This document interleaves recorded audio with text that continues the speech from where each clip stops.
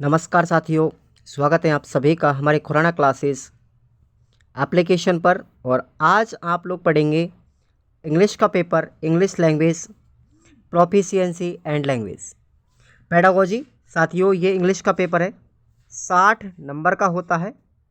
ठीक है, इसमें आपको पास होने के लिए 24 नंबर की आवश्यकता पड़ेगी और समय इसका 3 घंटे का होता है। ये छोटी सी जानकारी। इंग्लिश के पेपर को मैं पूरा आपको हिंदी ट्रांसलेशन करके पढ़ाऊंगा साथियों। ऐसा महसूस होगा कि जाने हिंदी पढ़ रहे हो आप लोग, बिल्कुल। तो धैर्य बना करके रखें। इंग्लिश को पूरा हिंदी में बदल रहा हूँ मैं, और जिस विद्यार्थी ने हिंदी का पेपर पढ़ा है वो अंग्रेजी को भी पढ़ सकता है। कोई ज़्यादा कठिन नहीं है इंग्लिश।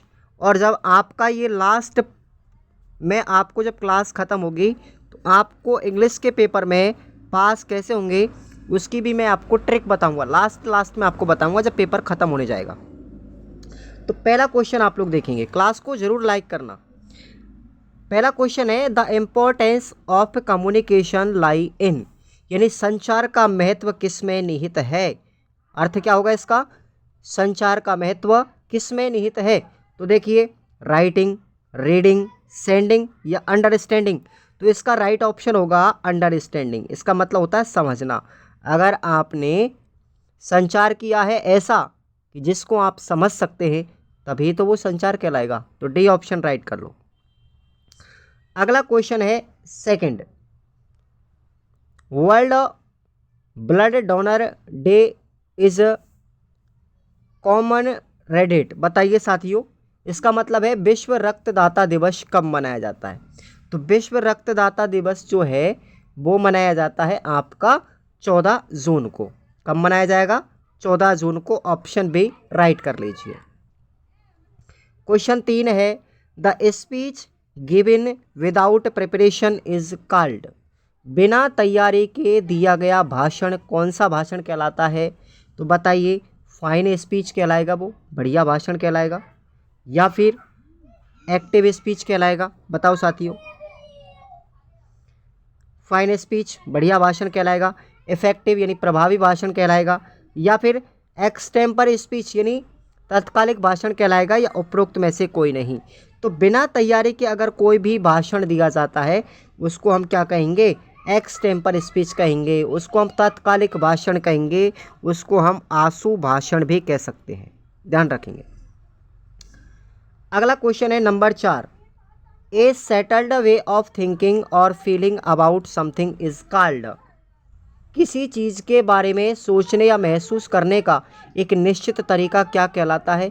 साथियों, उसको बोलते हैं हम एटीट्यूड। क्या बोलेंगे उसको, एटीट्यूड यानी रवैया। क्या बोलेंगे, रवैया। हिंदी क्या बोलेगी इसकी, रवैया निकलेगी। ठीक है, तो ऑप्शन आपका बी राइट हो जाएगा। अब हम आते हैं हमारे ग्रामर के क्वेश्चन नंबर 5 पर। देयर आर, खालिस्तान है, साउंड इन इंग्लिश, यानी कि अंग्रेजी में ध्वनि कितने प्रकार की होती है।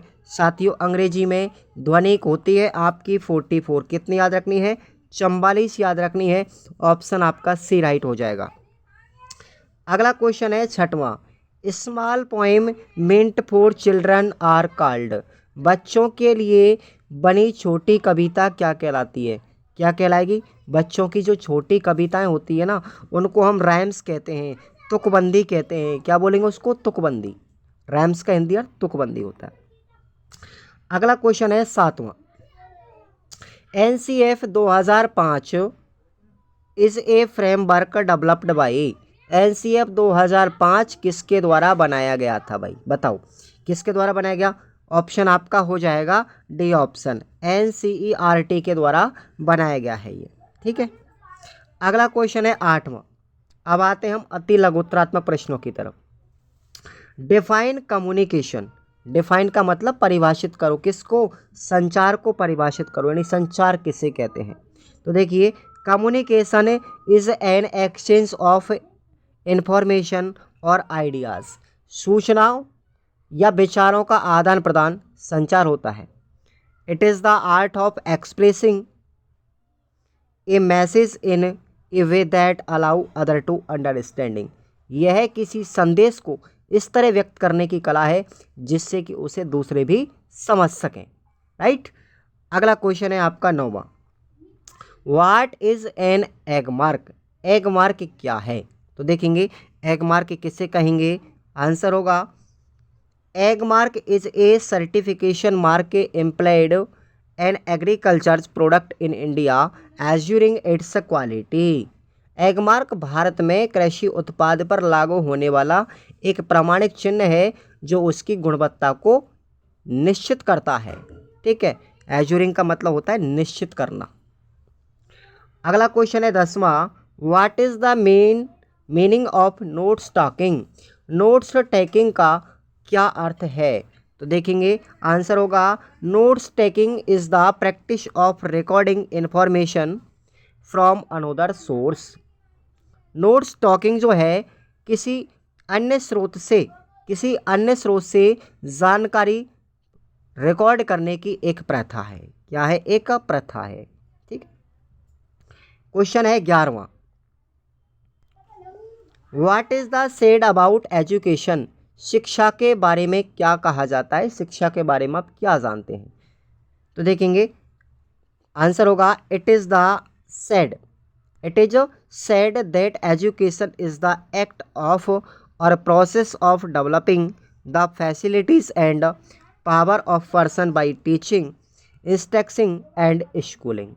ऐसा कहा जाता है कि शिक्षा किसी व्यक्ति को पढ़ाने, ठीक है, पढ़ाने की या फिर निर्देश देने की या स्कूली शिक्षा देकर उनकी सुविधाओं और शक्तियों को विकसित करने की एक प्रक्रिया है।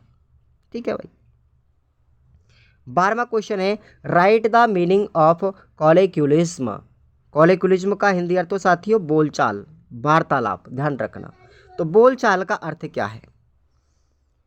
आंसर होगा word of phrase that are not formal और literary and are used mostly in informal speech, ordinary और familiar conversation are called colloquialism. ऐसे वाक्यांशों के शब्द जो औपचारिक या साहित्यिक नहीं है और अधिकतर अनौपचारिक भाषण, सामान्य या फिर परिचित बातचीत में उपयोग किए जाते हैं, उनको हम बोलचाल कहते हैं, उनको हम कॉलेक्युलिज्म कहते हैं। 13वां क्वेश्चन है आपका, खाली स्थान आपको भरने हैं आर्टिकल से संबंधित। ठीक है, रिक्त स्थान की पूर्ति करनी है।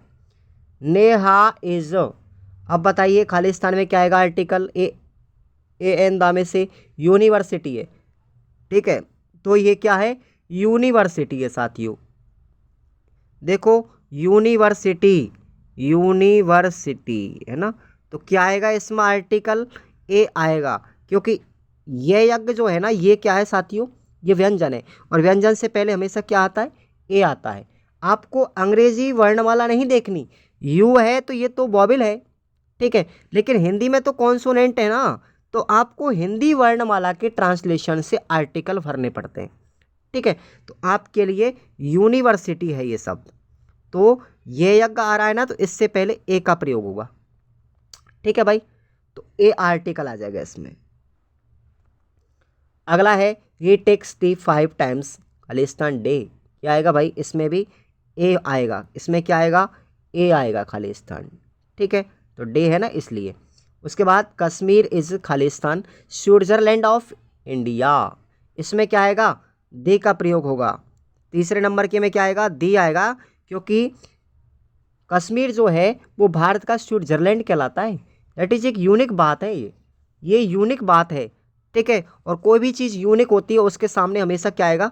दी आर्टिकल आएगा।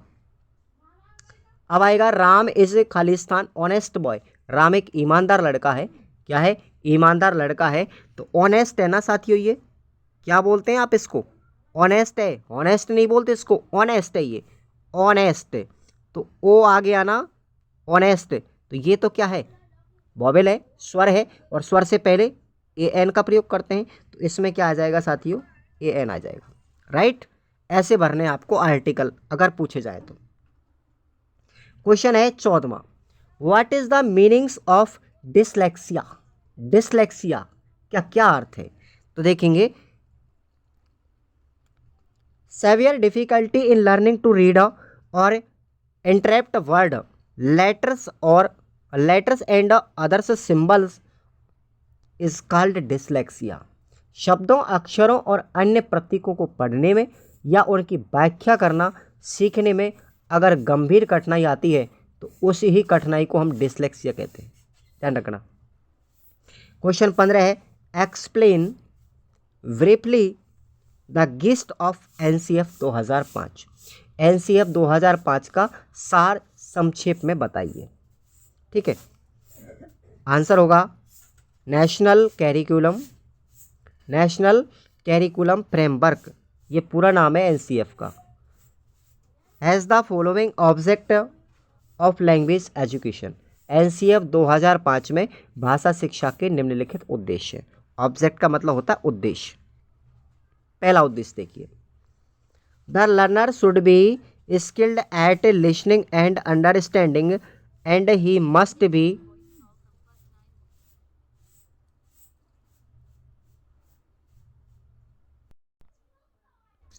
The learners should be skilled at listening and understanding, and he must be able to employ various non-verbal clues coming from the speaker. तो इसका हिंदी अर्थ है, विद्यार्थियों को सूचीबद्ध करने और समझने में कुशल होना चाहिए, उसे वक्ता से आने वाले विभिन्न गैर मौखिक संकेतों को नियोजित करने में सक्षम होना चाहिए। आप लोग जो मैं हिंदी अर्थ बोल रहा हूँ उसको लिख लीजिएगा सभी अपनी कॉपी में। सेकंड लाइन है, the learner should be able to read with comprehension. शिक्षार्थी को समझकर पढ़ने में सक्षम होना चाहिए। तीसरा है, he should be able to employ his communicative skill in different situation. उसे विभिन्न परिस्थितियों में अपने संचार कौशल को नियोजित करने में सक्षम होना चाहिए। नंबर चौथा उद्देश्य है, he should be able to use writing for different purpose. उसे विभिन्न उद्देश्यों के लिए लेखन का उपयोग करने में सक्षम होना चाहिए। और पांचवा है, he should be able to use his creativity in text transaction and other activities. उसे अपनी रचनात्मकता का उपयोग पाठ्य लेन देन और अन्य गतिविधियों में सक्षम करने में होना चाहिए। अब आपको अथवा में क्वेश्चन भी आपको मिलेंगे, तो अथवा में आपको जो क्वेश्चन है वो भी आपको याद करके जाना है साथियों, हर कंडीशन में। ठीक है, तो देखिएगा, क्वेश्चन है, what should curriculum guidelines follow. पाठ्यक्रम संबंधी दिशा निर्देशों का क्या पालन करना चाहिए, कौन कौन से दिशा निर्देश होते हैं, तो ये आपका पार्ट बी यूनिट 4 में मिलेगा। बी पार्ट, अपने इंग्लिश के 2 पार्ट होते हैं, पार्ट ए और पार्ट बी। तो पार्ट ए में आपकी 4 यूनिट है और पार्ट बी में आपकी 5 यूनिट है, ध्यान रखना। तो अपना जो पार्ट बी है ना, उसकी यूनिट 4 का क्वेश्चन है, ये याद करना है इसका आंसर। अगला क्वेश्चन है 16वां, देखेंगे 16वां क्वेश्चन देखिए, right the short note on communication language. संचार भाषा पर संक्षिप्त टिप्पणी लिखनी है आपको।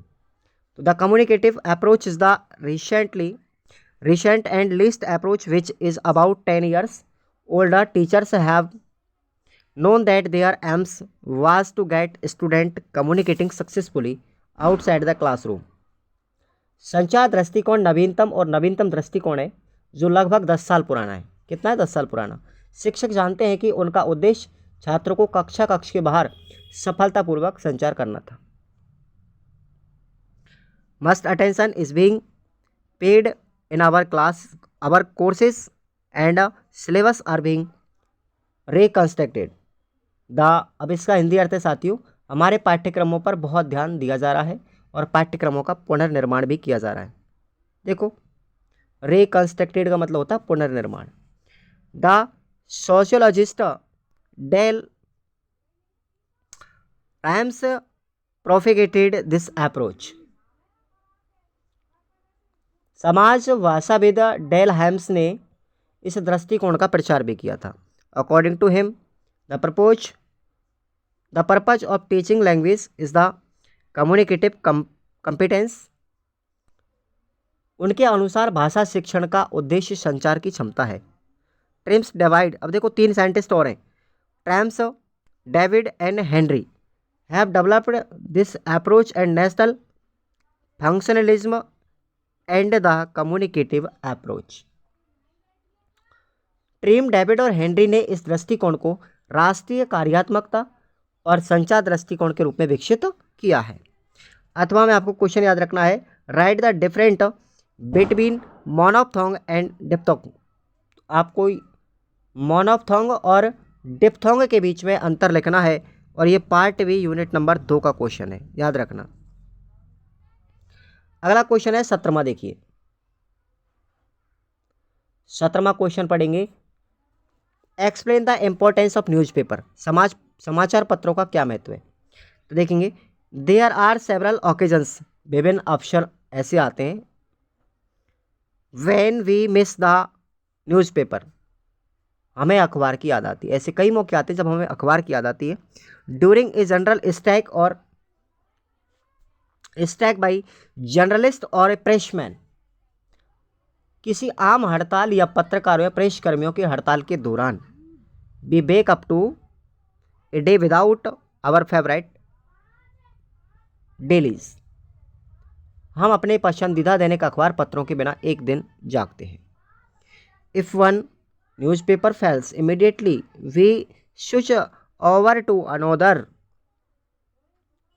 यदि एक समाचार पत्र विकल्प हो जाता है तो हम दूसरे समाचार पत्र की ओर अपना रुख बदल लेते हैं। During major natural calamities like flood, fire, quick and communicational riots, we hardly have times to think about newspaper. बाढ़, भूकंप, आग, सांप्रदायिक दंगे जैसी प्रमुख प्राकृतिक आपदाओं के दौरान हमारे पास अखबार में के बारे में सोचने के लिए मुश्किल से ही समय मिलता है। अथवा में क्वेश्चन है, देखिए, what is the difference between skimming and scanning type of reading. Skimming और स्कैनिंग प्रकार की रीडिंग में क्या अंतर है। ये दोनों प्रकार की रीडिंग है ना, स्कैनिंग और रीड और स्किमिंग, इन दोनों जो पठन प्रणाली है इनके बारे में आपको अंतर लिखना है। ये पार्ट ए यूनिट 2 का क्वेश्चन है।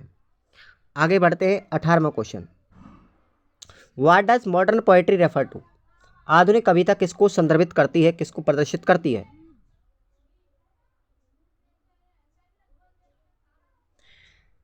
आंसर होगा, modern poetry refer to the verses writing in the 21st centuries.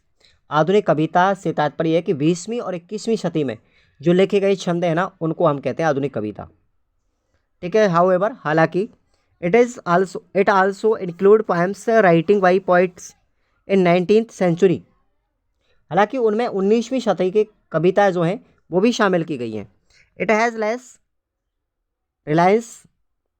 Reliance on the use of rhymes, इसमें छंदों के उपयोग पर कम निर्भरता होती है। It lays more emphasis on strong imagery and emotional content imagery, therefore hold the key to understanding modern poetry. ये मजबूत कल्पना और भावात्मक सामग्री कल्पना पर अधिक जोर देता है, इसलिए आधुनिक कविता को समझने की कुंजी है, ध्यान रखेंगे। अगला क्वेश्चन अथवा में है, how can speed writing help us in taking notes. Speed writing हमें नोट्स लेने में कैसे मदद करती है। 19वां क्वेश्चन देखेंगे, 19वां है, describe the importance of TLM, यानी टीचिंग लर्निंग मटेरियल जो है, अधिगम शिक्षण सामग्री है, उसका महत्व क्या है। तो पहला है महत्व देखेंगे, TLM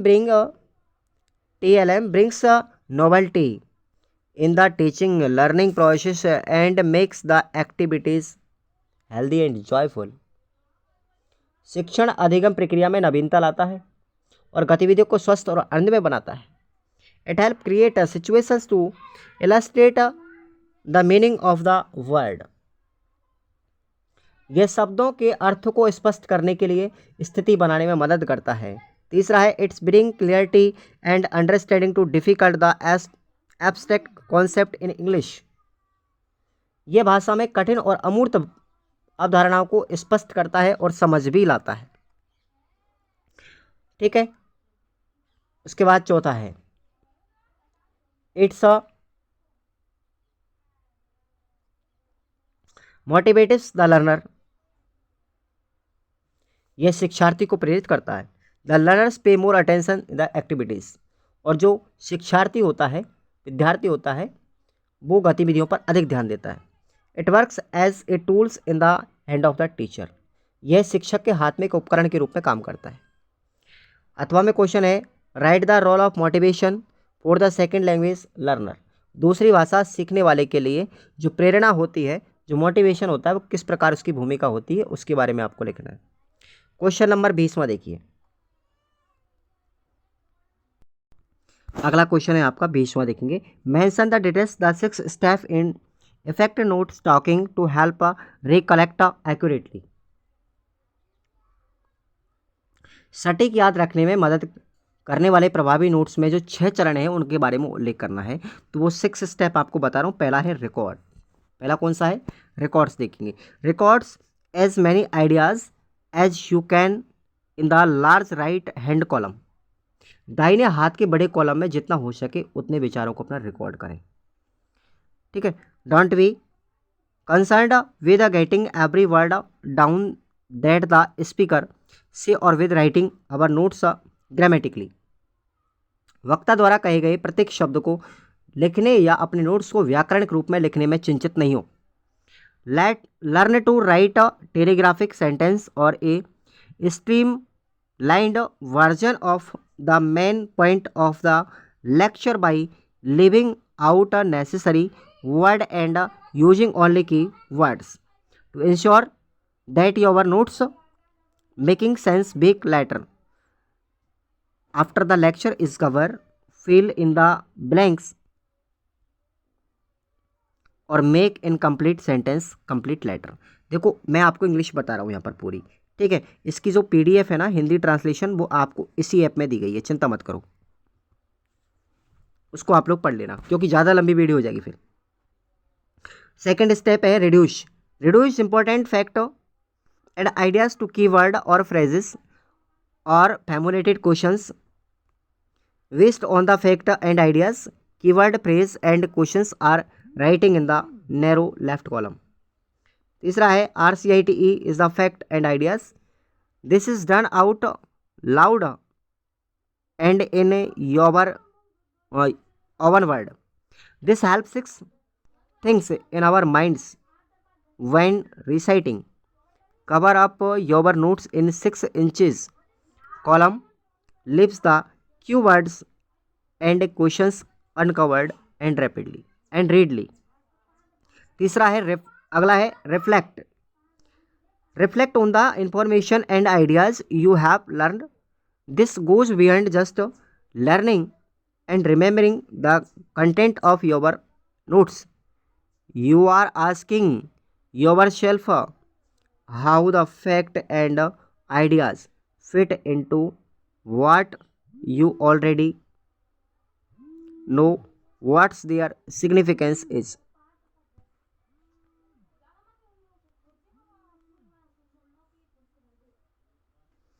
And so on. Next है लास्ट छठवां, review and recite your notes as frequently as you can. Recapitulating और summarising your notes can be done at the bottom of the note page. You can summarise each pages of notes or writing to summarize the entire lecture or both. You can actually draw lines on the page to marks out the 3 section. अथवा में question है आप लोगों का, देखिए। Right an essay gender discrimination, लैंगिक भेदभाव के ऊपर आपको टिप्पणी लिखनी है, ठीक है, एक निबंध लिखना है। तो ये अपना पार्ट है, यूनिट 2 का भाग है, ठीक है भाई। अगला क्वेश्चन है 21वां, what is the importance of notes making. Notes making की क्या महत्व है, तो देखेंगे importance of the notes making as the concept of lifelong learning, distance learning, self learning etc have begun to invade the sphere of education. Learning to learn has become independable source from which one could pick up the required information, skill etc are very many. In short, the importance of picking up the skills of notes making are listed below. अगला है इसका महत्व, notes making serve as an aid to learning, it facilities easy revision at the time of exam, it promote sustained attention during listening and reading. Next है, it help to transfer important information from the impersonal point of view to a personal point of view. Next, it makes the subject easier to remember and help in reconstructing our own understanding about the topic. It helps to highlight the entire relatedness, the bend the various concept and सब concept together within the text. अगला है, it enabled the notes taker to present the information in a way that suit them. अगला question है अथवा में आपका, देखिए अथवा में क्वेश्चन याद रखना है, what is the importance of ICT in English language teaching, अंग्रेजी भाषा शिक्षण में ICT का क्या महत्व है। ठीक है भाई। 22वां क्वेश्चन देखिए, what is the place of English in A multilingual Indian society, Bharatiya Samaj में, ठीक है, बहुभाषी भारतीय समाज में अंग्रेजी का क्या स्थान है।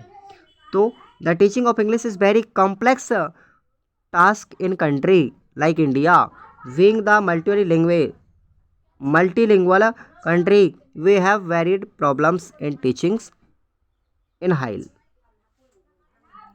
English is taught in Rajasthan as one the school of subject. English has been introduced from the first standard. English language teaching exists from primary education to college education.